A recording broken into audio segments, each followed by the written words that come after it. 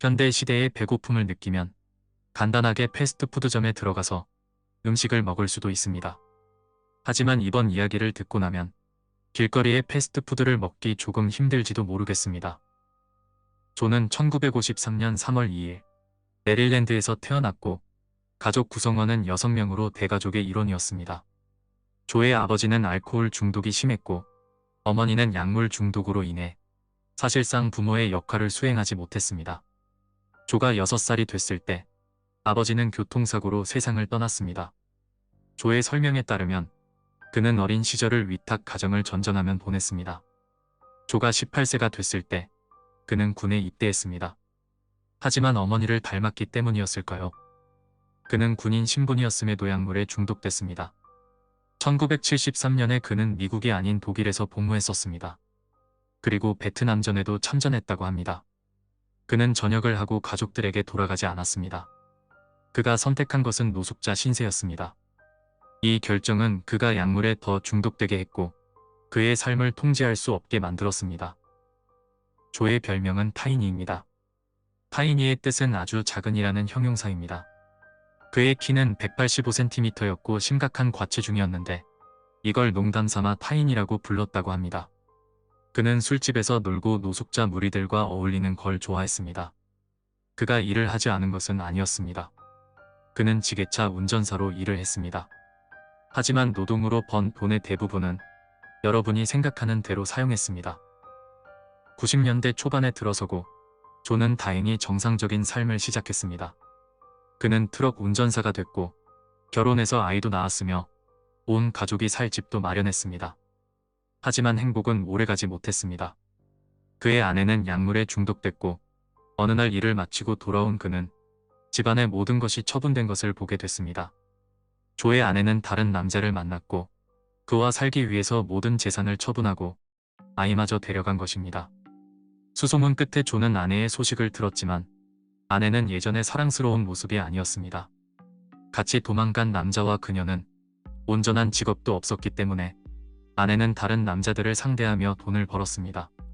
결국 그들은 노숙자들과 다리 밑에서 살게 됐고 아이의 양육권마저 사라졌습니다. 이 소식을 들은 조는 격분했습니다. 그는 즉시 트럭을 몰고 그들을 찾아갔습니다. 그들의 정확한 위치를 수소문한 끝에 도달했습니다. 아내가 사용한다는 냄새나는 매트리스 위에는 2명의 남자가 있었습니다. 두 남자는 취해 있었고 이성을 잃어버린 조에 의해서 그들은 목숨을 잃었습니다. 그녀를 알고 있는 다른 여성에게 부인이 어딨는지 물었지만 그녀는 취한 상태였기 때문에 어떤 정상적인 대답도 하지 못했습니다. 좌절한 그는 그녀의 목을 졸랐다가 근처 덤불에 던져버렸습니다. 그리고 또 다른 여성을 찾았습니다. 두 번째 여성을 살해한 그는 근처에 있는 낚시꾼을 발견했습니다. 낚시꾼은 모든 것을 봤기 때문에 조는 이 낚시꾼도 처리해버렸습니다. 그는 나중에 2명의 노숙자는 머리를 묻었고 여성과 어부는 벽돌에 묶어 강에 버렸으며 목을 조른 여성은 덤불에 남겨뒀습니다.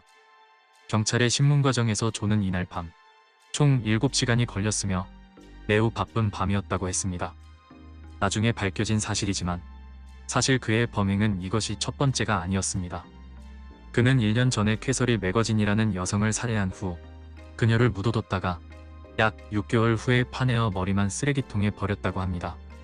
이것만 보더라도 조는 희생자들을 사람으로 보지 않았다는 것이 분명해졌습니다. 아마도 그들을 보며 과거의 본인 모습이 상기되면서 그것들을 지우고 싶어서 버린 짓일지도 모릅니다. 2주 후에 조는 2명의 노숙자를 살해한 혐의로 붙잡혔습니다. 하지만 그는 고작 18개월만 감옥에 있었습니다. 이것은 볼티모어 역사상 최악의 판결 중 하나로 알려져 있습니다. 그가 이렇게 짧은 형을 산 이유는 그가 했다는 확실한 증거가 부족했기 때문입니다. 조가 범죄를 저지른 이유는 아내를 찾기 위한 분노 때문이었지만 이제는 살인으로 돈을 벌게 됐습니다. 이상하게 들릴 수 있을 겁니다. 그가 의뢰를 받는 킬러도 아닌데 어떻게 살인이 그가 돈을 벌 수단이 되는 것일까요? 조는 끔찍한 것을 알게 됐습니다.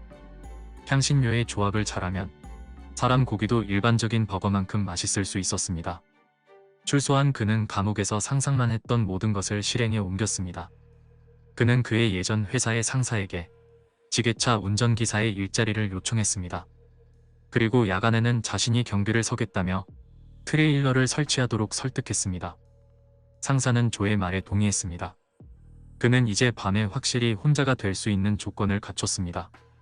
조는 계획의 테스트를 위해 2명의 여성을 그의 집으로 유인했습니다. 그리고 그녀들은 조에 의해 목숨을 잃었습니다. 그는 쓸 만큼 살점들을 그릇에 올리고 나머지는 얼려뒀습니다. 그리고 나서 그는 나머지 유해들을 트레일러 근처에 묻어버렸습니다. 고기를 조금 먹은 후 조는 길거리에서 음식을 파는 것을 생각해냈습니다.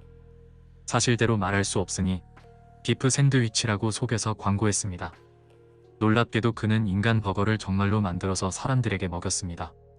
조에 따르면 그 고기는 돼지고기와 매우 유사한 맛이 난다고 합니다. 그래서 그의 버거는 쉽게 돼지나 소고기 버거로 위장할 수 있었습니다. 그는 몇 주 동안 이 사업을 유지했고 결국 이 특별한 고기가 바닥이 났습니다. 1996년 11월 중순 냉동고를 다시 채우기 위해 조는 23세의 킴버리라는 여성을 유인했고 그녀 역시 목숨을 잃었습니다. 1996년 12월 8일에는 친구 리타에게 어떤 물건을 가져오라고 부탁했습니다.